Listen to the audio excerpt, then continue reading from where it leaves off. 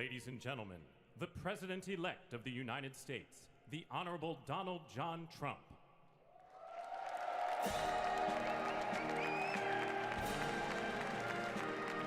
My fellow citizens, the golden age of America begins right now. From this day forward, our country will flourish and be respected again all over the world, to be taken advantage of any longer. During every single day of the Trump administration, I will very simply put America first. Our sovereignty will be reclaimed.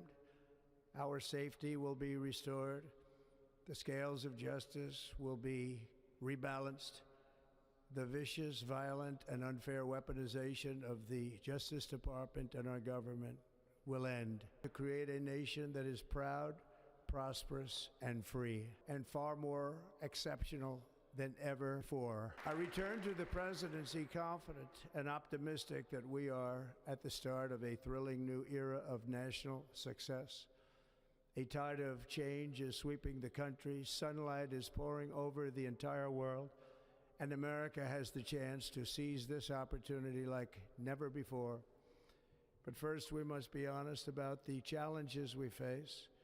While they are plentiful, they will be annihilated by this great momentum that the world is now witnessing in the United States of America. As we gather today, our government confronts a crisis of trust. For many years, a radical and corrupt establishment has extracted power and wealth from our citizens while the pillars of our society lay broken and seemingly in complete disrepair. We now have a government that cannot manage even a simple crisis at home, while at the same time stumbling into a continuing catalog of catastrophic events abroad. It fails to protect our magnificent, law-abiding American citizens, but provides sanctuary and protection for dangerous criminals, many from prisons and mental institutions that have illegally entered our country from all over the world. We have a government that has given unlimited funding to the defense of foreign borders, but refuses to defend American borders or, more importantly, its own people. Our country can no longer deliver basic services in times of emergency, as recently shown by the wonderful people of North Carolina, been treated so badly, and other states who are still suffering from a hurricane that took place many months ago. Or more recently, Los Angeles, where we are watching fires still tragically burn from weeks ago without even a token of defense. They're raging through the houses and communities, even affecting some of the wealthiest and most powerful individuals in our country, some of whom are sitting here right now. They don't have a home any longer. That's interesting. But we can't let this happen. Everyone is unable to do anything about it. That's going to change. We have a public health system that does not deliver in times of disaster, yet more money is spent on it than any country anywhere in the world. And we have an education system that teaches our children to be ashamed of themselves in many cases, to hate our country despite the love that we try so desperately to provide to them. All of this will change starting today, and it will change very quickly. My recent election is a mandate to completely and totally reverse a horrible betrayal and all of these many betrayals that have taken place, and to give the people back their faith, their wealth, their democracy, and indeed their freedom. From this moment on, America's decline is over. Our liberties and our nation's glorious destiny will no longer be denied, and we will immediately restore the integrity, competency, and loyalty of America's government. Over the past 8 years, I have been tested and challenged more than any president in our 250-year history, and I've learned a lot along the way. The journey to reclaim our republic has not been an easy one, that I can tell you. Those who wish to stop our cause have tried to take my freedom and indeed to take my life. Just a few months ago in a beautiful Pennsylvania field, an assassin's bullet ripped through my ear, and believe even more so now that my life was saved for a reason.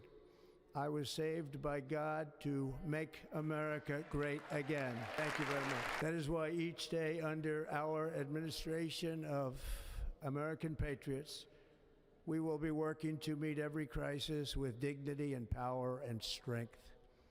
We will move with purpose and speed to bring back hope, prosperity, safety, and peace for citizens of every race, religion, color, and creed. For American citizens, January 20th, 2025 is Liberation Day. It is my hope that our recent presidential election will be remembered as the greatest and most consequential election in the history of our country. As our victory showed, the entire nation is rapidly unifying behind our agenda with dramatic increases in support from virtually every element of our society, young and old, men and women, African Americans, Hispanic Americans, Asian Americans, urban, suburban, rural, and very importantly, we had a powerful win in all 7 swing states, and the popular vote, we won by millions of people. To the Black and Hispanic communities, I want to thank you for the tremendous outpouring of love and trust that you have shown me with your vote. We set records, and I will not forget it. I've heard your voices in the campaign, and I look forward to working with you in the years to come. Today is Martin Luther King Day, and his honor, this will be a great honor. We will strive together to make his dream a reality. We will make his dream come true. National unity is now returning to America, and confidence and pride like never before will be inspired by a strong pursuit of excellence and unrelenting success. We will not forget our country. We will not forget our Constitution, and we will not forget our God. Can't do that. Today I will sign a series of historic executive orders. With these actions, we will begin the complete restoration of America and the revolution of common sense. It's all about common sense. First, I will declare a national emergency at our southern border. All illegal entry will immediately be halted, and we will begin the process of returning millions and millions of criminal aliens back to the places from which they came. We will reinstate my Remain in Mexico policy. We'll end the practice of catch and release, and I will send troops to the southern border to repel the disastrous invasion of our country. Under the orders I signed today, we will also be designating the cartels as foreign terrorist organizations. Enemies Act of 1798, government to use the full and immense power of federal and state law enforcement to eliminate the presence of all foreign gangs and criminal networks, bringing devastating crime to U.S. soil, including our cities and inner cities. Responsibility then to defend our country from threats and invasions, and that is exactly what I am going to do. We will do it at a level that nobody's ever seen before. Next, I will direct all members of my cabinet to marshal the vast powers at their disposal to defeat what was record inflation and rapidly bring down costs and prices.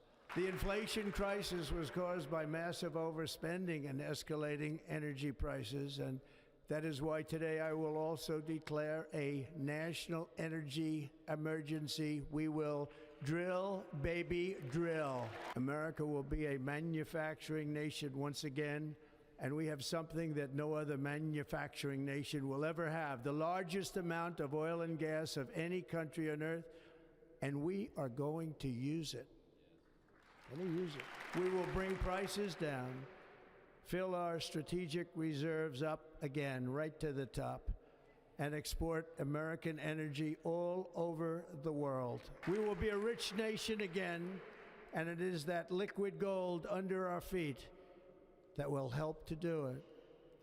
With my actions today, we will end the Green New Deal and we will revoke the electric vehicle mandate. American auto workers, in other words, you'll be able to buy the car of your choice. We will build automobiles in America again at a rate that nobody could have dreamt possible just a few years ago. And thank you to the auto workers of our nation for your inspiring vote of confidence. We did tremendously with their vote. I will immediately begin the overhaul of our trade system to protect American workers and families. Instead of taxing our citizens to enrich other countries, we will tariff and tax foreign countries to enrich our citizens. For this purpose, we are establishing the External Revenue Service and revenues. It will be massive amounts of money pouring into our treasury, coming from foreign sources. The American dream will soon be back and thriving like never before. To restore competence and effectiveness to our federal government, my administration will establish the brand new Department of Government Efficiency. After years and years of illegal and unconstitutional federal efforts to restrict free expression, I will also sign an executive order to immediately stop all government censorship and bring back free speech to America. Never again will the immense power of the state be weaponized to persecute political opponents.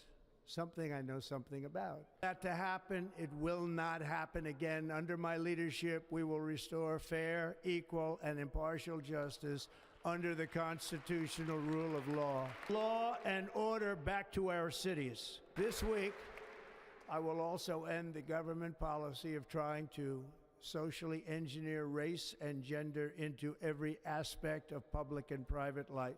We will forge a society that is colorblind and merit-based. As of today, it will henceforth be the official policy of the United States government that there are only two genders, male and female.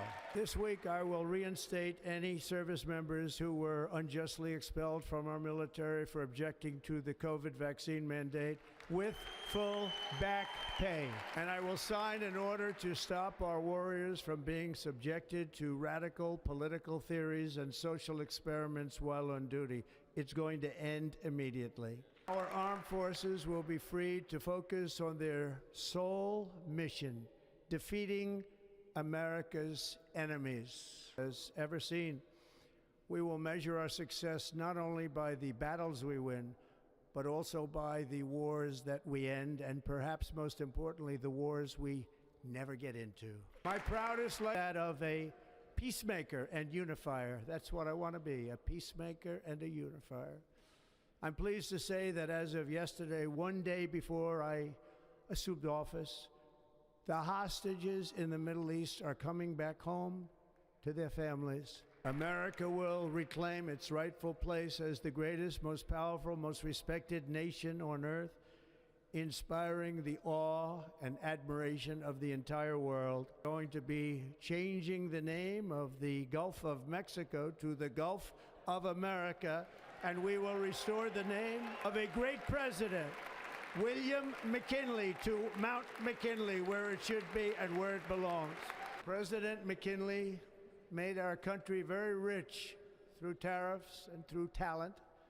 He was a natural businessman and gave Teddy Roosevelt the money for many of the great things he did, including the Panama Canal, which has foolishly been given to the country of Panama after the United States.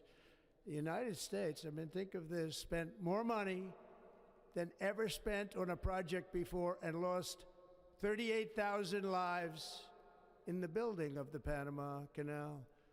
We have been treated very badly from this foolish gift that should have never been made, and Panama's promise to us has been broken. The purpose of our deal and the spirit of our treaty has been totally violated. American ships are being severely overcharged and not treated fairly in any way, shape, or form, and that includes the United States. And above all, China is operating the Panama Canal, and we didn't give it to China, we gave it to Panama, and we're taking it back. Above all, my message to Americans today is that it is time for us to once again act with courage, vigor, and the vitality of history's greatest civilization. Lead it to new heights of victory and success. We will not be deterred. Together we will end the chronic disease epidemic and keep our children safe, healthy, and disease-free. The United States will once again consider itself a growing nation, one that increases our wealth, expands our territory, builds our cities, raises our expectations, and carries our flag into new and beautiful horizons. And we will pursue our manifest destiny into the stars, launching American astronauts to plant the stars and stripes on the planet Mars. Ambition is the lifeblood of a great nation. And right now, our nation is more ambitious than any other. There's no nation like our nation. Americans are explorers, builders, innovators, entrepreneurs, and pioneers. The spirit of the frontier is written into our hearts. The call of the next great adventure resounds from within our souls. Our American ancestors turned a small group of colonies on the edge of a vast continent into a mighty republic of the most extraordinary citizens on earth. No one comes close. Americans pushed thousands of miles through a rugged land of untamed wilderness. They crossed deserts, scaled mountains, braved untold dangers, won the Wild West, ended slavery, rescued millions from tyranny, lifted billions from poverty, harnessed electricity, split the atom, launched mankind into the heavens, and put the universe of human knowledge into the palm of the human hand. If we work together, there is nothing we cannot do and no dream we cannot achieve. Many people thought it was impossible for me to stage such a historic political comeback. But as you see today, here I am. The American people have spoken. I stand before you now as proof that you should never believe that something is impossible to do. In America, the impossible is what we do best. From New York to Los Angeles, from Philadelphia to Phoenix, from Chicago to Miami, from Houston to right here in Washington, D.C., our country was forged and built by the generations of patriots who gave everything they had for our rights and for our freedom. They were farmers and soldiers, cowboys and factory workers, steel workers and coal miners, police officers and pioneers who pushed onward, marched forward, and let no obstacle defeat their spirit or their pride. Together they laid down the railroads, raised up the skyscrapers, built great highways, won 2 world wars, defeated fascism and communism, and triumphed over every single challenge that they faced. After all we have been through together, we stand on the verge of the 4 greatest years in American history. With your help, we will restore America promise, and we will rebuild the nation that we love, and we love it so much. We are one people, one family, and one glorious nation under God. So to every parent who dreams for their child, and every child who dreams for their future, I am with you, I will fight for you, and I will win for you. We are going to win like never before. Thank you. In recent years, our nation has suffered greatly, but we are going to bring it back and make it great again, greater than ever before. We will be a nation like no other, full of compassion, courage, and exceptionalism. Our power will stop all wars and bring a new spirit of unity to a world that has been angry, violent, and totally unpredictable. America will be respected again and admired again, including by people of religion, faith, and goodwill. We will be prosperous. We will be proud. We will be strong, and we will win like never before. We will not be conquered. We will not be intimidated. We will not be broken, and we will not fail. From this day on, the United States of America will be a free, sovereign, and independent nation. We will stand bravely. We will live proudly. We will dream boldly away because we are Americans. The future is ours, and our golden age has just begun. Thank you. God bless America. Thank you all. Thank you.